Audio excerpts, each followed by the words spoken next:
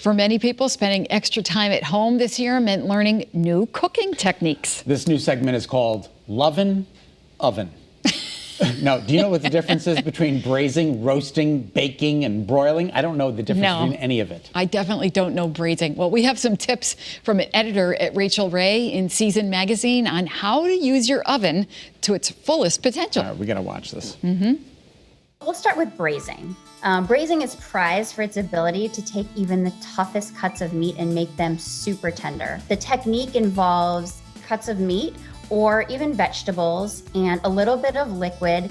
You cook them in a closed vessel. I love to use a Dutch oven, but you can use a heavy bottom pot. And you cook them at a low temperature in your oven. Braising is all about being low and slow. You cook them at a lower temperature than you would probably normally use your oven for. And also you are going to cook for a longer period. But don't worry, longer doesn't mean more time on your part. Most of the time that you're braising is hands off. So that's the beauty of braising.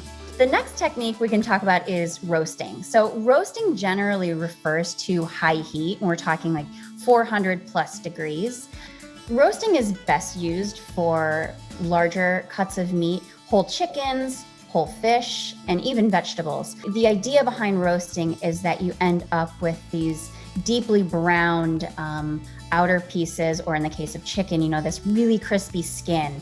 But the inside of whatever you're roasting is super juicy. When you're roasting vegetables, one thing to keep in mind is that all of the pieces are similar size, because if they're not, you'll have uneven cooking, and nobody wants that.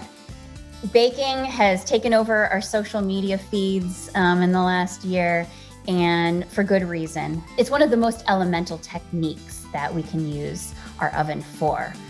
Whether you're whipping up a loaf of banana bread, a batch of snickerdoodles, or a quiche, it's all about harnessing this gentle indirect heat, and it causes your food to become golden brown if you do it right.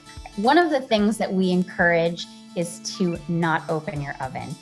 Opening your oven will cause the temperature to drastically decrease, and this will only cause uneven baking, and also it'll add so much extra time onto your recipe. So whatever you can, fight the urge and just pop the oven light on and take a peek that way.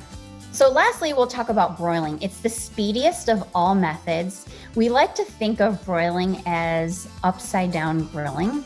You're using direct high heat, and it's perfect for thin cuts of meat or smaller vegetables. Broiling does come with a warning. You do want to make sure that you're keeping an eye on it. And I know before we talked about not opening your oven.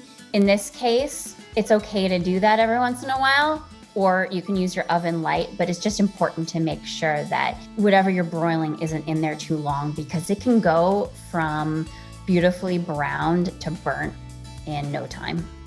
See, when I think of broiling, I think of fish. That's my go-to for fish. I think of the fire department when I broil, because that's who shows up. Absolutely. For more cooking tips and recipes, head to RachelRayMag.com.